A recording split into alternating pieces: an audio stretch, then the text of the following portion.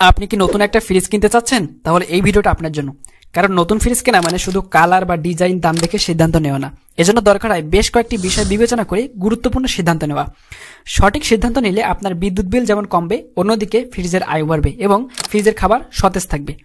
আমি একজন fridge technician হিসেবে এই ভিডিওতে বলবো 10টি গুরুত্বপূর্ণ বিষয়, যা না জানলে আপনি আপনার ফ্রিজ কেনার সময় বিভিন্ন সমস্যার সম্মুখীন হতে পারেন। প্রতিটি বিষয় বাস্তবিকভাবে খুব সহজ ভাষায় বুঝিয়ে দেব, যাতে আপনি বাসায় বসে ভালো করে বুঝে নিতে পারেন। চলুন শুরু করি এবং জানি কি কি বিষয় মাথায় রাখলে ফ্রিজ কিনতে গেলে সুবিধা হবে। ফ্রিজ কেনার সময় প্রথমে মাথায় আসে ফ্রিজের সাইজ কত বড় নেব। তবে ফ্রিজের সাইজ নির্ভর করে পরিবারের সদস্য সংখ্যা এবং ফ্রিজ ব্যবহারের ক্ষেত্র হিসেবে। যেমন বাসাবাড়ি হলে একরকম, অন্যদিকে দোকানপাট বা কনফেকশনারি হলে এক্ষেত্রে সিদ্ধান্ত ভিন্ন হতে পারে। তবে আমি যদি বাসাবাড়ির জন্য বলি, তাহলে ছোট পরিবারের জন্য 180 থেকে 230 লিটার ফ্রিজ যথেষ্ট। মাঝারি পরিবারের জন্য 250 থেকে 300 লিটার ফ্রিজ যথেষ্ট। বড় পরিবারের জন্য যারা বেশি খাবার সংরক্ষণ করেন, তাদের জন্য 300 লিটার প্লাস ফ্রিজ যথেষ্ট। সাইজ নির্বাচনে ভুল করলে পরবর্তীতে বিভিন্ন সমস্যার সম্মুখীন হতে পারেন। যদি প্রয়োজনের তুলনায় বেশি বড় ফ্রিজ নিয়ে ফেলেন, সেক্ষেত্রে অতিরিক্ত বিদ্যুৎ বিলের বোঝা বহন করতে হয়। অন্যদিকে প্রয়োজনের তুলনায় ছোট ফ্রিজ দিলে খাবার সংরক্ষণে অসুবিধা হবে এবং খাবারের গুণগত মান ভালো পাওয়া যায় না। এই কারণে অবশ্যই সাইজ নির্বাচনের ক্ষেত্রে ভেবেচিন্তে সিদ্ধান্ত নেবেন। ফ্রিজ কেনার সময় শোরুমে গেলে সেলসম্যান প্রথমে বলবে ফ্রস্ট ফ্রিজ নেবেন নাকি নন ফ্রস্ট ফ্রিজ নেবেন। অনেকে এই বিষয়টা সঠিকভাবে বুঝতে পারে না, ফ্রস্ট কি আর নন ফ্রস্ট ফ্রিজ কি এবং কোনটা আপনার জন্য ভালো হবে। চলুন তাহলে ফ্রস্ট এবং নন ফ্রস্ট কি, কোনটা আপনার জন্য ভালো হবে এ বিষয়ে কথা বলি। যে ফ্রিজের ডিপ অংশে মাছ, মাংস বা খাদ্যদ্রব্য সংরক্ষণ করলে ফ্রিজের বডি এবং মাছ, মাংস একসাথে বরফে আটকে থাকে, এগুলো ফ্রস্ট ফ্রিজ বলে। এগুলো সাধারণত নন ফ্রস্টের তুলনায় বিদ্যুৎ সাশ্রয়ী হয় এবং নন ফ্রস্টের চেয়ে ফ্রস্ট ফ্রিজের দাম তুলনামূলক অনেক কম। এবং যে ফ্রিজের ডিপ অংশে মাছ, মাংস, খাদ্যদ্রব্য রাখলে শুধুমাত্র মাছ, মাংস বরফ জমে বডির সাথে আটকে থাকে না, যার ফলে খুব দ্রুত ফ্রিজ থেকে বের করে খাদ্যদ্রব্য বা মাছ, মাংস ব্যবহার করা যায়। এই ফ্রিজগুলোকে নন ফ্রস্ট ফ্রিজ বলে। এই ফ্রিজগুলো ফ্রস্ট ফ্রিজের তুলনায় কিছুটা বিদ্যুৎ খরচ বেশি হয়, কারণ এই ফ্রিজগুলোতে কিছু সময় পর পর বরফ গলানোর জন্য এক্সট্রা হিটার ব্যবহার করা হয়। এই হিটার বিদ্যুতের ব্যবহার বেশি করে এবং এই ফ্রিজগুলো বিদ্যুৎ চলে গেলে সর্বোচ্চ 3 থেকে 4 ঘন্টা পর্যন্ত খাবার সতেজ রাখে। ফ্রস্ট কি এবং নন ফ্রস্ট কি, এটা এতক্ষণে আমরা বুঝলাম। তাহলে আপনি এর থেকে কোন ফ্রিজটা কিনবেন? আমি একজন ফ্রিজের টেকনিশিয়ান হিসেবে আপনাকে পরামর্শ দেবো, আপনি যদি গ্রাম অঞ্চলে বসবাস করেন তাহলে আপনার জন্য ফ্রস্ট ফ্রিজ বেটার হবে।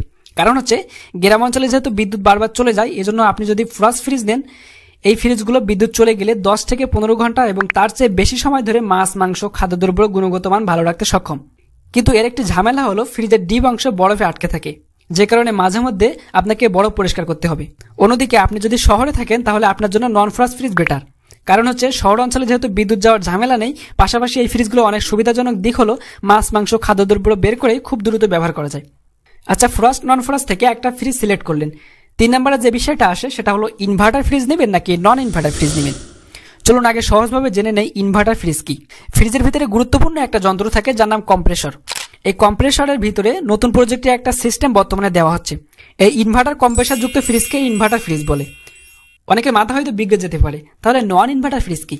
আচ্ছা, সহজ করে বলি, যে ফ্রিজগুলো সাধারণত অনেকদিন ধরে মার্কেটে চলছে এবং কম্প্রেসর পুরাতন টেকনোলজি বা বিদ্যুৎ সাশ্রয় না, সেই ফ্রিজগুলো মূলত নন ইনভার্টার ফ্রিজ। এই ফ্রিজগুলোর দাম তুলনামূলক ইনভার্টার ফ্রিজের থেকে কম। তাহলে কোনটা আপনি নেবেন? আমি বলবো একটু দাম বেশি হলেও ইনভার্টার টাইপ ফ্রিজ নেওয়া ভালো হবে, তার কারণ দীর্ঘমেয়াদে এটা আপনার বিদ্যুৎ সাশ্রয় করবে এবং যেহেতু এটা নতুন টেকনোলজি, তাই ইনভার্টার ফ্রিজ নেওয়া আপনার জন্য ভালো হতে পারে। এবং গ্রাম অঞ্চলে থেকে যদি এটা নিতে চান তাহলে আরো ভালো, তার কারণ ইনভার্টার ফ্রিজ লো ভোল্টেজেও চলতে পারে। আচ্ছা, এখানে একটা বিষয় বলে রাখি, inverter fridge frost type inverter হতে পারে, আবার নন ফ্রস্ট টাইপ ইনভার্টার হতে পারে। আপনার প্রয়োজন অনুযায়ী আপনি ফ্রিজ সিলেক্ট করবেন। এখনো পর্যন্ত যারা এই ভিডিওটি কন্টিনিউ করছেন, অবশ্যই ভিডিওটিতে একটি লাইক দিবেন এবং আমার চ্যানেলে নতুন হয়ে থাকলে অবশ্যই চ্যানেলটিকে সাবস্ক্রাইব করবেন। 4 নম্বরে যে বিষয়টা আসে সেটা হলো নতুন ফ্রিজ কেনার সময় আরেকটা গুরুত্বপূর্ণ বিষয় এনার্জি রেটিং বা স্টার রেটিং। অনেকে ফ্রিজ কিনতে গেলে এটা এড়িয়ে যান, কিন্তু এটা খুব গুরুত্বপূর্ণ। এই রেটিং আসলে বলে দেয় ফ্রিজটা কতটা কম বিদ্যুৎ খরচ করে। যত স্টার তত কম বিদ্যুৎ লাগবে ওই ফ্রিজে, অর্থাৎ বিদ্যুৎ বিল কম আসবে। এই রেটিং সাধারণত সরকারি সংস্থার পক্ষ থেকে দেওয়া হয়, এজন্য এটা বিশ্বাসযোগ্য। অনেকে হয়তো এই রেটিংটা অতটা গুরুত্ব দিতে চায় না, কিন্তু এটা সরকারি সংস্থার পক্ষ থেকে দেওয়া হয়, এটা বিশ্বাসযোগ্য।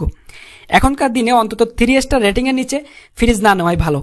আর বেশি বাজেট দিয়ে যদি নিতে পারেন, সেক্ষেত্রে 4 স্টার বা 5 স্টার কিংবা 5.5 স্টার ফ্রিজ বেছে নিতে পারেন। একটু বেশি দাম দিলেও পরের কয়েক বছর বিদ্যুৎ বিলের দিক থেকে আপনার টাকা সেভ হবে। তাই শুধু দাম না দেখে ফ্রিজের গায়ে থাকা স্টার রেটিংটাও খেয়াল করুন। 5 নম্বরে যে বিষয়টা মাথায় আসে সেটা হলো ডিপ উপরে নেব নাকি ডিপ তলায় নেব। এই সিদ্ধান্তটা আপনি নেবেন, কিন্তু আমি একজন ফ্রিজ টেকনিশিয়ান হিসেবে ফ্রিজ ইউজারদের কাছ থেকে কিছু সুবিধা অসুবিধা শুনি, সেগুলো বলি। আপনি যদি ডিপ উপরে নেন সেক্ষেত্রে জায়গা অনেক বেশি পাওয়া যায় এবং ইচ্ছামতো মালামাল লোড করতে পারবেন। কিন্তু অসুবিধা অনেকে বলে উপরে ডিপ নিলে বাচ্চারা বা যে কেউ মাছ মাংস বের করতে যেয়ে মালামাল একটা বের করতে গেলে অন্যগুলো পড়ে যাওয়ার সম্ভাবনা থাকে। অন্যদিকে আপনি যদি ডিপ ফ্রিজ নিচে নেন সেক্ষেত্রে মালামাল রাখার জন্য ড্রয়ার আছে, ইচ্ছামতো সাজিয়ে রাখা যায় এবং অনেকে অসুবিধার কথাও বলে নিচে ডিপ হলে জায়গা কম পাওয়া যায়, যার কারণ হলো কম্প্রেসার একটা জায়গা দখল করে নেয়। তবে এই বিষয়টা আপনার প্রয়োজনকে গুরুত্ব দিয়ে একটা সিদ্ধান্ত নেবেন। 6 নম্বরে যে বিষয়টা খেয়াল করবেন সেটা হলো গ্যাস। আপনি যে ফ্রিজটা নিচ্ছেন এই ফ্রিজে আর 600 গ্যাস নাকি আর 134 গ্যাস ব্যবহার করা হয়েছে সেটা দেখে নিন। ফ্রিজের ডোরে স্টিকারের মধ্যে এই আর 600 লেখা আছে কিনা সেটা দেখে নিন। ফ্রিজের যে গ্যাস ব্যবহার করা হয় তার মধ্যে আর 600 এখন জনপ্রিয়। এখন বেশিরভাগ কোম্পানি আর 600 গ্যাস ব্যবহার করে, কারণ হচ্ছে এটা পরিবেশ বান্ধব এবং বিদ্যুৎ সাশ্রয় করে। সুতরাং নতুন ফ্রিজ কিনতে গেলে সাধারণত আর 600 গ্যাসের দিকে নজর দিন। তবে আপনি এই বিষয়ে গুরুত্ব কম দিলেও চলবে, কারণ সাধারণত বর্তমান সময়ে সকল ব্র্যান্ড বা কোম্পানি আর 600 গ্যাস ব্যবহার করে, এজন্য এটা নিয়ে বেশি চিন্তিত হওয়ার দরকার নেই। 7 নম্বর যে বিষয়টা বলবো সেটা আপনার ফ্রিজের জন্য খুব গুরুত্বপূর্ণ 2টা পার্ট। আমার দীর্ঘদিনের ফ্রিজের কাজ করার অভিজ্ঞতা থেকে কনডেন্সার এবং ইভাপোরেটর সম্পর্কে বলবো। আচ্ছা, কনডেন্সার হলো ফ্রিজের লোহার বডির ভিতরে অবস্থান করে। এটা সাধারণত খালি চোখে দেখা যায় না। এটা মূলত এক ধরনের পাইপ, সাধারণত ফ্রিজ ভেদে কিংবা কোম্পানি ভেদে ফ্রিজের বডির যে কোনো এক সাইড কিংবা 2 সাইডে গরম হয়। এই গরম হওয়া জায়গাগুলোই কনডেন্সার থাকে। এই কনডেন্সার অনেকে আপনাকে বলবে তামার কনডেন্সার নেবেন। অনেক সময় শোরুম থেকেও আপনাকে প্রতিশ্রুতি দেয় যে আপনার ফ্রিজটা কনডেন্সার 100% কপার বা তামা, কিন্তু বাস্তবতা বর্তমান সময়ে দেশি বিদেশি সকল ব্র্যান্ড তামার বদলে লোহা ব্যবহার করছে। 10 থেকে 15 বছর আগে ওয়ালটন, সিঙ্গার সহ বেশ কয়েকটি কোম্পানি তাদের ফ্রিজে তামার কনডেন্সার ব্যবহার করত, কিন্তু বর্তমান সময়ে 90% কোম্পানি তাদের ফ্রিজে লোহা কনডেন্সার ব্যবহার করে। তাহলে আপনি কোন ফ্রিজটা আপনার জন্য নেবেন? আপনি অন্য ইউটিউব ভিডিও দেখে বা বিভিন্ন শোরুম থেকে শুনে হয়তো একটা ডিসিশন নিতে পারেন। সেগুলোতে তারা জেনে না জানে বিভিন্ন মিথ্যা প্রতিশ্রুতি দেবে, তামার কনডেন্সার বলে আপনাকে একটা সিদ্ধান্ত নিতে সাহায্য করবে। বাট আমি যেটা বাস্তব সেটাই বললাম। সেটা হলো এখন 90% কোম্পানি লোহার কনডেন্সার ব্যবহার করে। এটা আমি কাজের অভিজ্ঞতা থেকে বললাম। আচ্ছা, আমি যে পরামর্শটা আপনাকে দেবো সেটা হলো, যেহেতু বর্তমান বাজারে বিভিন্ন ব্র্যান্ড বা কোম্পানি আছে, তাদের মধ্যে এত প্রতিযোগিতা যে তারা চাচ্ছে অল্প বাজেটের মধ্যে কাস্টমারের হাতে কিভাবে একটি সুন্দর পণ্য তুলে দেওয়া যায়। এজন্য বর্তমানে উন্নত মানের লোহার কনডেন্সার সবাই ব্যবহার করছে। এটা লিকেজ হওয়ার সম্ভাবনা খুব কম। অন্যদিকে আগেকার সময় এই কনডেন্সার থাকতো ফ্রিজের পিছনে এবং সেটা লোহার থাকতো। এই লোহা মরিচা পড়ে কনডেন্সার পাইপ লিক হয়ে যেত। কিন্তু বর্তমান সময়ে যেহেতু ফ্রিজের বডির ভিতরে কনডেন্সার পাইপ ব্যবহার করে, এর ফলে লোহার পাইপ পানি বাতাসের সংস্পর্শে আসতে পারে না, যার ফলে মরিচা পড়ে না। যেহেতু বাজারের সব কোম্পানি বা ব্র্যান্ড লোহার কনডেন্সার ব্যবহার করছে, সেজন্য আপনাকে ভালো একটা ব্র্যান্ড থেকে পাশাপাশি তাদের গ্যারান্টি, ওয়ারেন্টি এবং ফ্রিজের বিদ্যুৎ সাশ্রয় ক্ষমতা এগুলোকে মূল ফোকাস রেখে ফ্রিজ কেনা ভালো। এবং আরেকটি পার্টের কথা আমি বলেছিলাম, সেটা হলো ইভাপোরেটর। এটা মূলত কনডেন্সারের মতো আর একটা টিউব বা পাইপের লাইন। কনডেন্সার মূলত বডির সাইডে থাকে, যেটাতে আমরা গরম অনুভব করি, এবং এই ইভাপোরেটর পাইপ ফ্রিজের ভিতরে ঠান্ডা তৈরি করে।